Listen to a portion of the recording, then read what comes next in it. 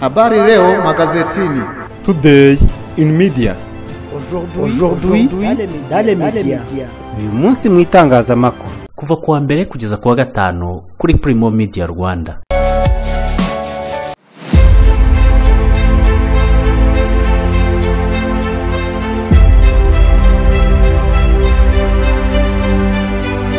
Nongeye kubasuhuza ndabifuriza kugira ibihe byiza nshuti bakunze wa Primo Media Rwanda. Ibuka itewe impungenge n'imfu zibasira barokotse n'ingenga bitekerezo ya genocide ikomeje kugaragara. U Rwanda rugiye kwemerera impunzi kwivuriza kuri mitiweli. Naho uruzinduko rwa Cardinal Ambongo wa Kinshasa Kigali rwateje sakwe muri Repubulika ya Demokarasi ya Kongo. Mu gihugu cy'u Burundi ho zimwe mu mfungwa President Ndayishimiye aherutse kubabarira ziratabarizwa. President Emmanuel Macron w'Ubufaransa yamaganywe azira gutuka abanyahayiti ko ari ibicucu. Namushinjacyaha urukiko mpuzamahanga mpanabyaha ICC yasabye impapuro zo guta muri yombi umuyobozi wa Myanmar. Minisitiri w'ingabo w'Ubushinwa yatangiye gukorwaho iperereza. Ngizo zimwe mu ngingo z'ingenzi zigize amakuru mugiye kugezwaho nanjye Jean Dodier Kanijabo. Ni make mu makuru menshi yavuzwe none mu binyamakuru n'ibitangazamakuru bitandukanye. Mukanye turayarambura. Ese ufite imbogamizi zo kugenda? Ufite imbogamizi mu kubona? Ese hari waba ufite imbogamizi z'uruhu? Ese waba ufite imbogamizi mu kumva no kuvuga? Ese waba ufite imbogamizi mu kugenda, mu mitekerereze, mu kumva, mu kuvuga? Ese waba ufite imbogamizi mu kubona? Ubu leta y'u Rwanda irimo gukora ikusanyamakuru ku bantu bafite izo mbogamizi zishobora kuvamo ubumuga. Niba utaragerwaho n'abakusanyamakuru, egera ubuyobozi bw'akagari. Wowe kandi uzi umuryango urimo abantu bafite izi mbogamizi, wiceceka, bibutse, bamenyeshe cyangwa se ubwire ubuyobozi bukwegereye. Nitwa Mugisha Jacques, mfite ubumuga bwo kutabona. Nize kaminuza, ubu mfite akazi. Agaciro k'iri kusanyamakuru nuko zafasha leta gushyira mu igenamigambi ingamba zikemura ibibazo abantu bafite ubumuga bahura nabyo mu Rwanda. Baruzi wawe, nanjye naribaruje. Njyewe naribaruje. Njyewe naribaruje. Njyewe naribaruje. Njyewe naribaruje. Njyewe narabaruwe. Mu ivuriro Eva Life nahivurije umwijima, mpivuriza n'iby'amabanga y'abashakanye. Bankoraho riraka n'abahanga pe. Nyuma yo kugira ikibazo cy'imisemburo mike bandangiye ivuriro Eva Life, ndarigana baramfasha, icyo kibazo kirakemuka. Nyuma naje kujyana n'umubyeyi wanjye afite ikibazo cya hypertension, ubu ngubu n'umuziba. Nashishikariza abantu bafite ibibazo by'imisemburo bigatuma batabyara, bigatuma imihango yabo itaza neza nk'uko bikwiye, kuba mwagana ivuriro Eva Life bakabafasha. Murakoze cyane. Ivuriro Eva Life rikorera Nyabugogo rimaze kuba ubukombe mu Rwanda no hanze yarwo mu kuvura indwara bakoresheje imiti y'ibimera kandi itunganyijwe neza mu buryo bw'ibinini, poudre cyangwa liquide. Hari abadogiteri batandukanye bagufasha kandi kiza nuko aho waba uherereye hose ku isi imiti yakugeraho, cyane ko bakorana na DHL. Mu ndwara bavura twavugamo nk'iz'imyororokere zose, kurangiza vuba no kubura ubushake, indwara zifata abadamu zose, igwingira ry'igitsina, indwara nk'umwijima, diabete, amara, igifu, asima. Abifuza kuva ku biyobyabwenge nabo barabafasha. Ku bindi bisobanuro wahamagara cyangwa ukandikira muganga. Eva Life, icyizere cy'ubuzima. Ikaze makuru arambuye duhereye kuri Ibuka itewe impungenge n'imfu zibasira barokotse n'ingenga bitekerezo ya genocide ikomeje kugaragara. Umuryango Ibuka uharanira inyungu z'abarokotse genocide yakorewe abatutsi mu 1994 uravuga ko utewe impungenge n'imfu hamwe n'ubugome bikomeje kwiyongera cyane muri aya mezi ya nyuma y'umwaka 2024 kuva mu kwezi kwa munani. Ibi bijyana no kubugenzacyaha bw'u Rwanda nabwo buvuga ko ingenga bitekerezo ya genocide ikomeje kwiyongera cyane mu bavutse ahagana mu 1994 na nyuma yaho, aho abarenga ibihumbi 419 bayigaragaweho kuva mu myaka 5 ishize kugeza ubu.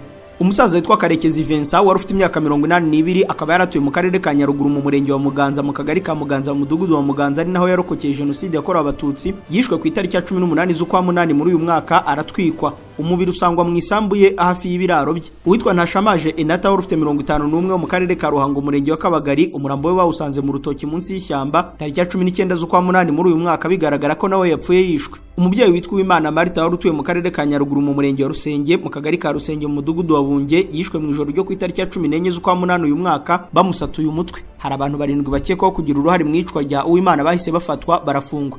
Uwitwa Mukakanyamibwa Beatrice wavutse mu 1968 akaba yari wo mu karere ka Karongi mu murenge wa Murundi mu kagari ka Kareba mu mudugudu wa Kibingo, ari naho yari atuye, yishwa nizwe mu ijoro ry'itariki ya 4 z'ukwa munani uyu mwaka. Akaba yarabanje no gusambanywa. Iperereza ry'ibanze ryafasha abantu 14 bakekwaga kugira uruhare muri urwo rupfu.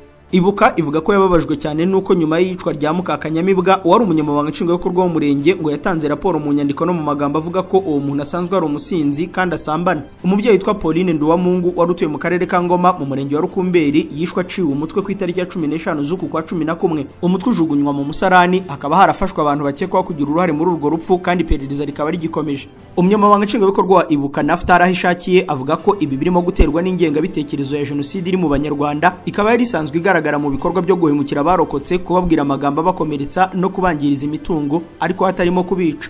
Ahishakiye yagize ati ikintu cya mbere cyakorwa nuko abantu bose bagaragarwaho n'ingengabitekerezo ya jenoside bahanwa by'intangarugero.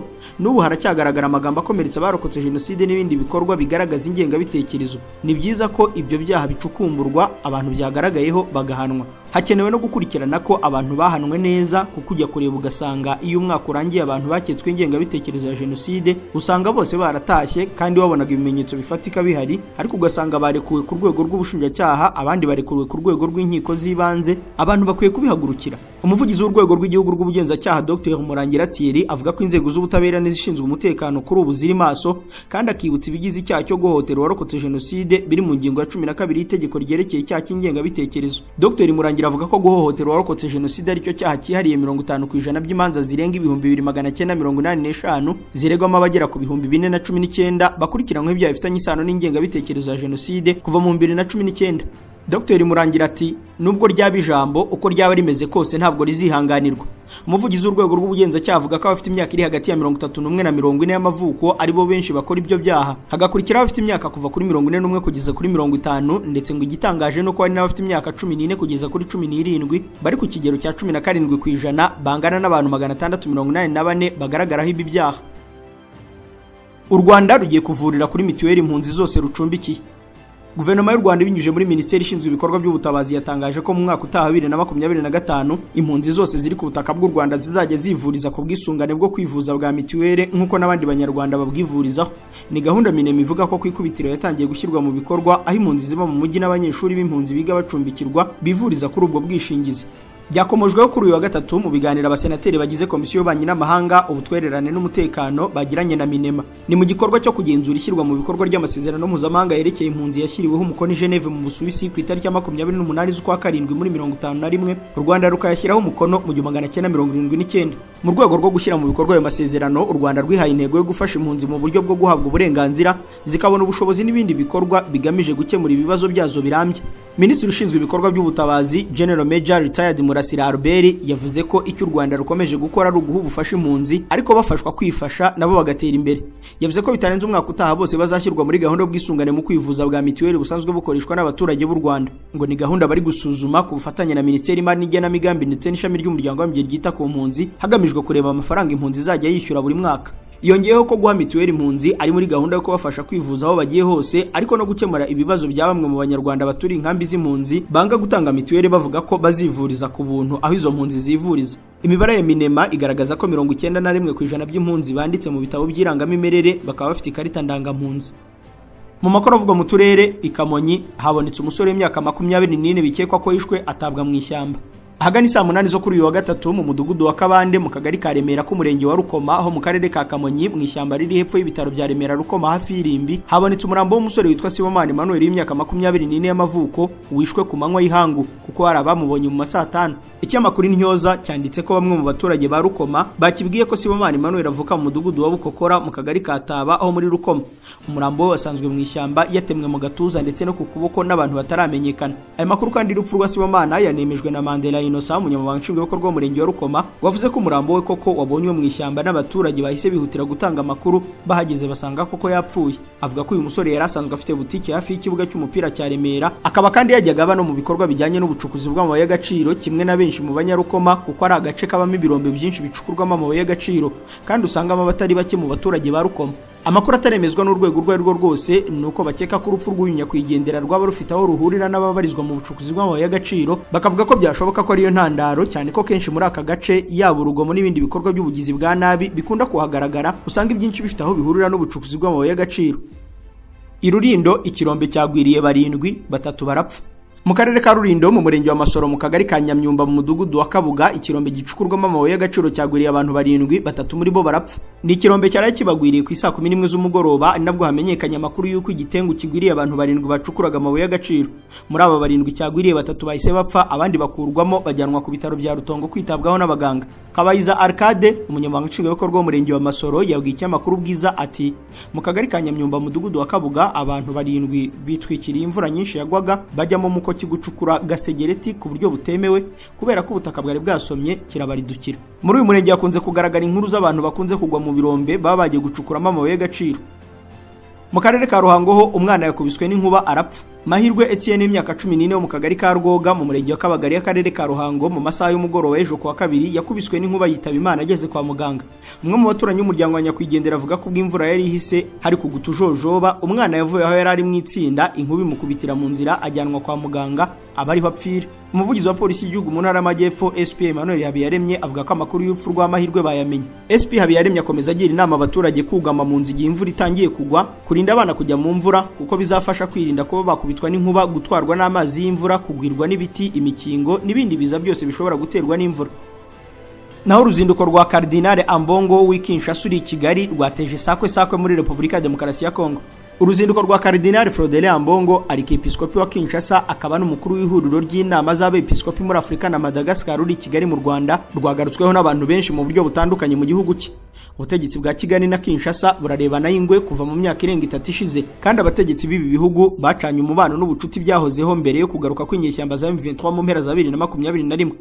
Ari Kigali Cardinal Ambongo yibajije ati niba twe ku rwego rwa Kiliziya tugenderanirana tubanirana twibaza iki kibazo kuki ku rwego rwa politike badashobora kubigenza batyo. Cardinal Ambongo ari Kigali kuva kwa mbere y'iki cyumweru nk'umukuru wa SECAM witabiriye inama ya komite ihoraho ya SECAM iteganyijwe kurangira ku munsi w'ejo kuwa 4 hamwe n'abandi bashyitsi baje muri iyi nama bakiriwe kuwa mbere na Cardinal wa Kigali ari nawe ukuriye Kiliziya Gatolika mu Rwanda Antoine Kambanda mu misa yabereye muri Centre Saint Paul hagati mu mujyi wa Kigali. Muri iyo misa Cardinal Ambongo yatangaje ko yishimiye cyane uko yakiriwe mu Rwanda, yongeraho ati numvise n'umunezero zimwe mu ndirimbo z'iwacu kandi byanyuze umutima. Kinshasa ishinja Kigali gufasha umutwe wa M23 ibyo Kigali hakana, ibi bigatuma abategetsi ku ruhande rwa Kongo bumvikana kenshi banenga ubutegetsi bw'u Rwanda ndetse basaba ko rufatirwa ibihano. Cardinal Ambongo yagiye yumvikana nenga uko ubutegetsi bwa Kinshasa bukemura ikibazo cy'intambara mu burasirazuba bwa Kongo, anenga guha intwaro abasivile n'imitwe yitwaje intwaro bise Wazalendo n'umutwe wa FDLR. Ku ruhande rw'u Rwanda Kiliziya Gatolika n'abayikuriye bakomeza kwamagana intambara no guhamagarira no gusengera amahoro. Uruzinduko rwa Cardinal Ambongo rwongeye kugaragaza ishusho y'aya makimbirane ya politike mu mboni z'abaturage bo muri Kiliziya Gatolika akuriye muri Repubulika ya Demokarasi ya Kongo. Ku butumwa Cardinal Ambongo yatangaje ku rubuga X umwe yasubije ati umupastor wo muri Ukraine wagiye gusoma misa mu Burusiya, umupadiri wo muri Palestine, uwo muri Libani wagiye gusoma misa muri Isiraheli. Twubaha abacu bapfuye. Undi ati nitureke ibi hariya hari abakristo kandi nta kibazo dufitanye n'abaturage b'u Rwanda. Ese ko minisitiri w'abanyamahanga w'u Rwanda aherutse kwakiranwa Ishema Igoma. Undi yasubije ubutumwa bwa Ambongo ati uri umugambanyi. Undi nawe ati turagushyigikiye 100% nukuye kwemera gukoreshwa nk'igitambaro cyo gukoropa. Aya makuru mu kanya turayakomereza kuyavugwa hanze y'u Rwanda. Ikoranabuhanga rimaze gutera imbere ku buryo umunsi tuzaba dufite imodoka ziguruka nabwo hazaba hari abantu bazi kuzikanika. Hazaba hari ibigo nka Korea Automobile Training Center, ikigo cyigisha tekinike cyabiherewe uburenganzira na Rwanda TVET Board. Ikigo gitanga ubumenyi buri ku rwego mpuzamahanga kandi mu gihe gito. Twigisha umuntu ibirebana na tekinike y'ibinyabiziga bigezweho kuva ku bumenyi bwo hasi kugera abaye umu engineer. Ikigo cyashyizeho uburyo bwo gutanga ubumenyi n'ubunararibonye ku binyabiziga bigezweho. Abize gukanika mu bihe byo hambere bari mu bahawe ikaze mu kwihugura ku binyabiziga bigezweho. Abarimo kwiga ubu nabo nuko. Nimuze mwihugure mugendane n'umuvuduko ikoranabuhanga muri uru rwego rigezeho. Abize muri Korea Automobile Training Center bose uko bakabaye icyo bahuriyeho ntabwo ari ubumenyi bwo ku rwego rwo hejuru gusa, ahubwo banahuriye ku kuba basigaye bikorera. Nibo batanga akazi kubiza handi. Abatunzi imodoka nimutugane tubahugure ku mikorere n'imikoreshereze yazo mu gihe kitarenze isaha imwe, ubumenye byinshi ku kinyabiziga utunze. Abifuza kugura imodoka cyane cyane zifite ikoranabuhanga rigezweho nimutugane tubagira inama y'imodoka mwagura. Niba ugiye kugura imodoka yakoze inaha nayo yituzanire tuyigusuzumire tukubwira ubuzima bwayo tunakugira inama mbere yo kwishyura. Abaguze imodoka zigezweho nimutugane tubafashe kuzitaho no kuzibungabunga kubera ko imodoka ni imashini yakozwe mu izamara igihe. Korea Automobile Training Center itegura ikinyabiziga cyawe kikaramba kikamara imyaka cyagenewe kumara, kubera ko dukoresha imiti yabugenewe mu gukora maintenance y'imodoka yawe. Iyo uzanye imodoka yawe ifite ibibazo uyisubira nayo yabaye nshya igasubirana agaciro ku isoko. Dukorera igikondo kuri Mereze ya mbere iruhande rwo kwa Padiri. Hamagara 07 86 20 60 54. Ntibikiri ngombwa ko mukoresha ibiti cyangwa imbaho mwonona ibidukikije mu kubaka, gutera amarangi no gukora finissage y'inzu. Top Paint Company Limited bafitiye ibikwa bigezweho cyangwa scaffolding byifashishwa mu bwubatsi hakorwa isuku ku nyubako z'imiturirwa. Ku giciro kibereye buri wese ushobora kugura cyangwa gukodesha ibi bikwa kandi tukabikugezaho aho bibereye hose. Abadafite umwanya wo kwigira ku ruganda mu Bushinwa n'ahandi, namwe mwadutuma tukabagirayo. Tubafitiye amarangi y'ubwoko bwose, yaba yo mu nzu ndetse no hanze, ashobora guhangana n'izuba n'imvura. Abakeneye ubujyanama ku marangi namwe twabafasha kubagira inama. Dukorera kwa Rwahama ku muhanda w'amabuye imbere neza station ya Hoza Limelez. Ku bindi bisobanuro mwaduhamagara kuri 07 88 62 72 39 na 07 88 30 39 43.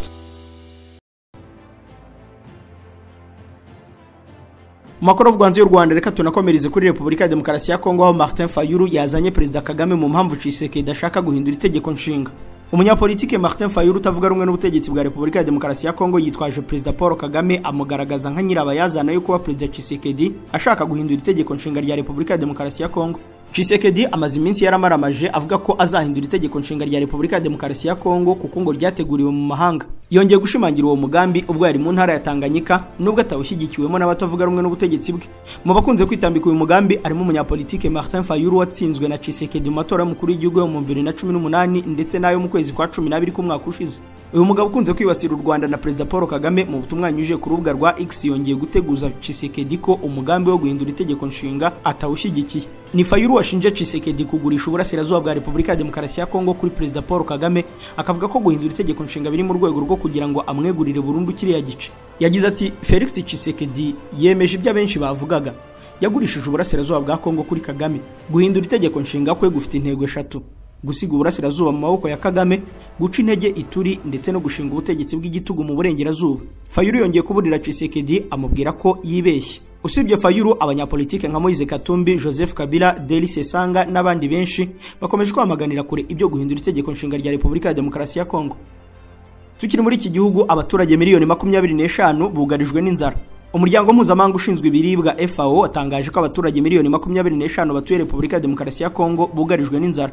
Ni abaturage bagize 1/4 cya miliyoni 100 zituye icyo gihugu cyose. Umuyobozi mukuru wungirije wa FAO Betty Beckdahl yatangaje ko iyo nzara ituruka ku bibazo byinshi birimo n'amakimbirane ashingiye ku ntambara yatumye benshi bava mu byabo. Nubwo intambara iri ku isonga mu byatumye bugarijwe n'inzara biyongera, Betty yagaragaje ko hari n'ikibazo cy'ibura ry'amafaranga mu baturage. FAO yatangaje ko yatangije imishinga itandukanye yihutirwa kugira ngo abaturage bavuye mu byabo mu ntara y'Kivu y'Amajyaruguru n'iya Epfo babona ibyo kurya binyuze mu kubyihingira aho kubihabwa gusa. Papa Francis yemeje ko uwari umuyobozi wa gasutamo ya Goma agirwa umuhire. Nkuko byatangajwe na Vatican News, Papa Francis yatanze uruhushya rwo gushyirwa mu rwego rw'abahire Floribert Bwana Chui, umusore wishwe akiri muto ukomoka muri Repubulika ya Demokarasi ya Kongo. Uwo murayiki azaba abaye umunyekongo wa kane ubaye umuhire. Floribert Bwana Chui wari komiseri mukuru kuri gasutamo ku mupaka wa Goma yishwe ku itariki ya 8 z'ukwa gatandatu mu 2007 afite imyaka 25 y'amavuko. Uwo munyekongo wize ibijyanye n'ubukungu muri kaminuza witaga no kubana bo mu muhanda, yari mu muryango wa Saint Egidio ubarizwa muri Repubulika ya Demokarasi ya Kongo. Inkuru ya Vatican News ivuga ko Floribert yishwe nyuma yo kwanga kurya ruswa kugira ngo yemerere abashakaga kwinjiza ku isoko rya Kongo ibiribwa bituje ubuziranenge, aho kwemera guhabwa ruswa ngo byinjizwe i Goma yahisemo kubimena ahita yicwa. Naho uwahoze ari umugore wa Mobutu yasabye inzu kugira ngo yemere gutaha muri Repubulika ya Demokarasi ya Kongo. Bobby Ladawa, umugore wa Mobutu Sese Seko wayoboye Zaire, yemeje ko afite ubushake bwo gusubira mu gihugu cye ariko akabanza guhabwa inzu kuko adashaka kuba mu icumbi.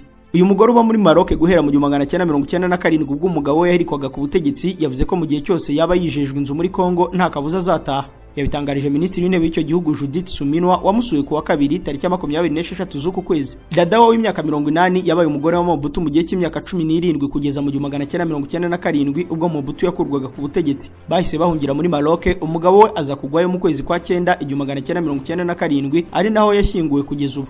Mobutu yategetse Zaire mu gihe cy'imyaka 32. Tuve muri Repubulika ya Demokarasi ya Kongo tunyarukire mu Burundi aho zimwe mu mfungwa President Ndayishimiye yaherutse kubabarira zitabarizwa. Umuryango ntabariza uharanira uburenganzira bw'imfungwa z'abarundi n'imiryango yazo uratabariza zimwe mu mfungwa President Evariste Ndayishimiye aherutse kubabarira. President Ndayishimiye yababariye imfungwa 5442 zahamijwe ibyaha bito, ategeka ko zose zifungurwa mu gihe kitarenze ibyumweru bibiri. Uyu mukuru w'igihugu yasobanuye ko yafashe iki cyemezo mu rwego rwo kugabanya ubucucike bw'imfungwa muri gereza zitandukanye mu gihugu no koroshya umutwaro w'amafaranga leta y'u Burundi zishyurira. Jean-Marie Nshimirimana uyobora umuryango ntabariza SPF yatangarije ikinyamakuru Iwacu ko mu gihe buri minsi ibiri kugira ngo igihe ntarengwa President Ndayishimiye yatanze kigere igikorwa cyo kurekuriza imfungwa gikomeje kugenda gake. Ati niba President wa Repubulika babariye imfungwa icyemezo kigomba kubahirizwa.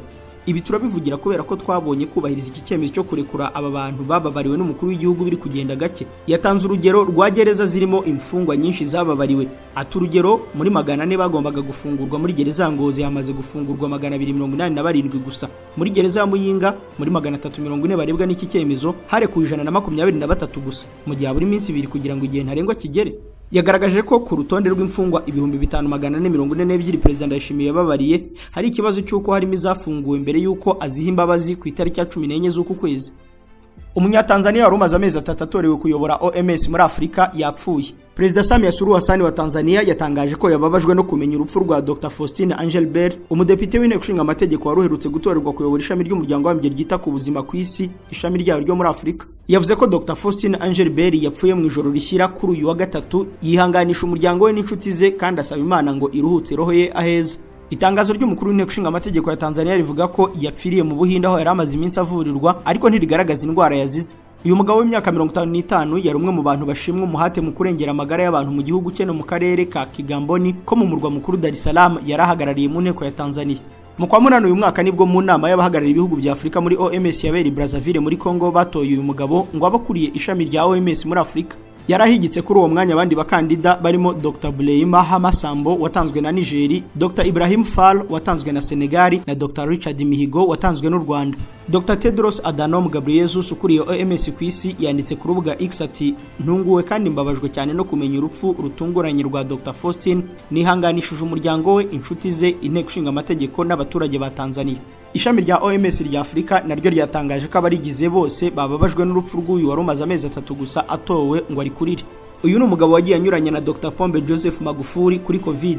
Mu 2017 President John Pombe Magufuli yagize uyu mugabo minisitiri w'ubuzima ariko mu kwa gatanu kwa 2020 aramwirukana ubwo icyorezo cya COVID cyacaga ibintu. Icyo gihe nta mpamvu yatanzwe ku kwirukanwa kwe ariko ibinyamakuru byo muri Tanzania byavuze ko ari ukubera aho ahagaze mu kurwanya coronavirus muri Tanzania. Byari bitandukanye nuko President bibona. Magufuli yari umuntu ukemanga byeruye COVID-19 unenga ingamba zo kuyirinda zakoreshwaga handi ku isi arimo no kwambara agapfukamunwa. Ukwezi kumwe mbere yuko Magufuli amwirukana yari yaburiye ko gukoresha uburyo gakondo mu kuvura COVID nko kwiyuka, gukoresha ibyatsi bishobora gutera indwara z'ubuhumekero. Magufuli we kenshi yumvikanye ashyigikira ubuvuzi bwa gakondo mu kuvura COVID-19. Nyamara ubwo yaratangiye manda ye ya kabiri mu kwa 12 kwa 2020, President Magufuli yongeye kugarura Dr. Faustin muri guverinoma amugira minisitiri w'itumanaho n'ikoranabuhanga mu itumanaho. Mu gihugu cya Namibia bazindukiye mu matora y'umukuru w'igihugu yuzasimburanya kwigendera Hage Geingob. Mu gitondo cyo kuri wa gatatu abatora babyukiye ku mirongo miremire hanze y'ibiro by'itora mu murwa mukuru wa Namibia Windhoek kugira ngo batore perezida mushya n'inteko ishinga amategeko mu gishobora kuba amatora akomeye ku ishyaka SWAPO riri ku butegetsi. SWAPO yayoboye iki gihugu cyo mu majyepfo ya Afrika kuva cyabona ubwigenge kibuhawe na Afrika y'Epfo mu 1990. Umukandida wayo Vice President Netumbo Nandi azaba baye umuyobozi wa mbere w'umugore wa Namibia naramuka atsinze. Abasesenguzi mu bya politike bavuze ko bishoboka ko SWAPO ishobora kuzahirikwa n'urubyiruko bitewe n'ubushomeri bukabije, ubusumbane na ruswa nubwo ubudahemuka mu ishyaka mu batora bakuze ndetse no mu cyaro bishobora kurifasha. Gushyigikira SWAPO byaragabanutse kugera kuri 56% mu matora y'umukuru w'igihugu ya 2019 mu gihe mu 2014 yari ishyigikiwe ku rugero rwa 87%. Kugira ngo atorerwe kuba perezida, umukandida agomba kubona amajwi arenga 50% cyangwa se akaba icyiciro cya kabiri. Abanyanamibia kandi baratora n'abagize inteko ishinga amategeko. President Emmanuel Macron we yamaganywe azira gutuka abanyahaiti ngo ni ibicucu. President w'Ubufaransa Emmanuel Macron yamaganywe na benshi nyuma kugaragara mu ruhame atuka abanyahaiti ko ari ibicucu kuko birukanye Gary Conille wari minisitiri w'intebe. Gary Conille yakuwe ku mwanya wa minisitiri w'intebe ku itariki ya 10 z'uku kwezi bikozwe n'akanama k'inzibacyuho kashyizweho ngo kagarure demokarasi muri Haiti, igihugu cyugarijwe n'ubugizi bwa nabi buterwa n'amabandi yitwaje intwaro. Conil wari umaze amezi 6 yasimbujwe Alex Didier Fils-Aimé nubwo bitashimishije bamwe barimo na Emmanuel Macron. Mu minsi ishize ubwo Macron yari yitabiriye inama y'ibihugu 20 bikize ku isi G20 yabereye muri Brazil, yagaragaye mu mashusho avuga ko abanyahayita ari ibicucu kuko bemeye ko Gary Conil yirukanwa. Aturiye minisitiri w'intebe yari umuntu udasanzwe kandi naramushyigikiye cyane. Ni ibicucu ntabwo bakabaye baramwirukanye. Edgar Leblanc Fils wahoze ayobora akanama kirukanye Conil yavuze ko biteye isoni kubona umuyobozi nka Emmanuel Macron atuka igihugu cyose. Muri ayo mashusho kandi hari umuntu wumvikana abwira Macron ko Ubufaransa bufite uruhare mu bibazo Haiti irimo dore ko igihugu cye cyahoze kiyikolonije. Macron yahise amusubiza ngo n'abanyahayiti ubwabo biciye igihugu ubwo bemeraga ko icuruzwa ry'ibiyobyabwenge rihabwa intebe. Haiti yahamagaje ambasaderi w'Ubufaransa muri icyo gihugu ngo asobanure ibyo President Emmanuel Macron yavuze. Naho Ubufaransa bwaciye amarenga ko butazata muri yombi Benjamin Netanyahu. Minisiteri y'Ububanyi n'Amahanga y'Ubufaransa yashyize hanze itangazo rigaragaza ko icyo gihugu gishobora kutazashyira mu bikorwa iby'impapuro zirutse gushyirwa hanze zo guta muri yombi Minisitiri w'Intebe wa Israel Benjamin Netanyahu. Netanyahu yashyiriweho impapuro zo kumuta muri yombi bikozwe n'urukiko mpuzamahanga mpanabyaha ICC. Ubufaransa ni igihugu kinyamuryango cya ICC cyashyize umukono ku masezerano ashyiraho urwo rukiko, ariko Israel yo si umunyamuryango. Mu itangazo Ubufaransa bwatangaje ko bwubaha ibyemezo bya ICC, ariko ko mu mategeko ashyiraho urwo rukiko harimo ko igihugu kinyamuryango gishobora kwifata mu gihe hari ibyemezo byafashwe bireba ikindi gihugu kitari kinyamuryango. Ibyo rero bigaragaza ko Ubufaransa bushobora kwifata ntibute muri yombi Netanyahu mu gihe yabagiriye uruzinduko muri icyo gihugu, dore ko itangazo rivuga ko Ubufaransa buzakomeza gukorana neza na Minisitiri w'Intebe Netanyahu na Yoav Gallant wahoze ari Minisitiri w'Ingabo bashyiriweho impapuro zo kubata muri yombi bashinjwa uruhare mu mfu z'abaturage bo muri Gaza zaturutse ku ntambara Israel imaze mu mwaka na Hamas. Tukivuga ku makuru arebana na ICC, umushinjacyaha yasabye icyemezo cyo guta muri yombi umuyobozi wa Myanmar. Kuri wa gatatu umushinjacyaha mukuru w'urukiko mpuzamahanga mpanabyaha ICC yasabye icyemezo cyo guta muri yombi Min Aung wayoboye ihirika ry'ubutegetsi muri Myanmar. Yavuze ko hari impamvu zifatika zemeza ko uyu wayoboye ihirika ry'ubutegetsi yagize uruhare mu byaha byibasiye rubanda rugufi rw'abayisilamu b'Abarohingya. Akanama k'abacamanza batatu kagiye gusuzuma niba hakwiye gusorwa impapuro zo kumuta muri yombi nk'uko Deutsche Welle ikomeza ibivuga. Umushinjacyaha Karim kandi yavuze ko kwirukanwa kw'abantu mu gihugu no gutotezwa biri mu byaha aregwa. Yavuze ko byakozwe n'ingabo za Myanmar zizwi ku izina rya Tatmadaw zishyigikiwe n'abapolisi b'igihugu n'abarinda umupaka ndetse n'abaturage batari Abarohingya bo muri Myanmar. Abanyarohingya basaga 730 bahungiye mu gihugu cy'abaturanyi cya Bangladesh bavuye muri leta ya Rakhine yo mu majyaruguru y'uburengerazuba bwa Myanmar. Muri icyo gihe bivugwa ko ibyaha byakorewe. Myanmar ntabwo yashyize umukono kuri Stati ya Roma yashyizeho urukiko ICC, ariko imyanzuro ya 2018 na 2019 yasanze urukiko rufite ububasha ku byaha bivugwa bimwe byabereye muri Bangladesh, umunyamuryango wa ICC. Minisitiri w'Ingabo w'Ubushinwa yatangiye gukorwaho iperereza. Biravugwa ko Ubushinwa bwatangiye iperereza kuri Minisitiri w'Ingabo Dong Jun ku byaha bya ruswa bivugwa mu gisirikare. Bamwe mu bayobozi bo muri Amerika babwiye Financial Times ko Jun ari gukorwaho iperereza muri dosiye irimo abandi benshi bakekwaho ruswa mu gisirikare cy'Ubushinwa. Nibi byatangajwe n'abayobozi muri Amerika ari byo Jun yababaye Minisitiri w'Ingabo wa gatatu w'Ubushinwa ukurikiranyweho ibyaha bya ruswa. Yasimbuye Li Shangfu ku mwanya wa Minisitiri w'Ingabo w'Ubushinwa mu kwa 10 kwa 2023. Li yahise atangizwaho iperereza kimwe na Wang Feng yari yarasimbuye. Nubwo bivugwa ko Jun yatangijweho iperereza ku byaha bya ruswa, uburyo byakozwemo ntabwo biramenyekana. Ubushinwa ni kimwe mu bihugu bizweho guhana byihanukiriye abayobozi bafatiwe mu byaha bya ruswa, by'umwihariko mu nzego zikomeye nk'igisirikare. Inshuti bakunze wa Primo Media Rwanda, iyi nkuru ya Minisitiri w'Ingabo w'Ubushinwa watangiye gukorwaho iperereza ku byaha bya ruswa niyo dusoreje amakuru yagarutsweho none mu nyamakuru n'ibitangazamakuru bitandukanye. Ni make mu makuru menshi yavuzwe none ku ya 27 z'ukwa 11 kwa 2024 mwagizwagaho nanjye Jean Dodier Kanijabo. Bye. Habari leo magazetini. Today in media. Aujourd'hui dans les médias.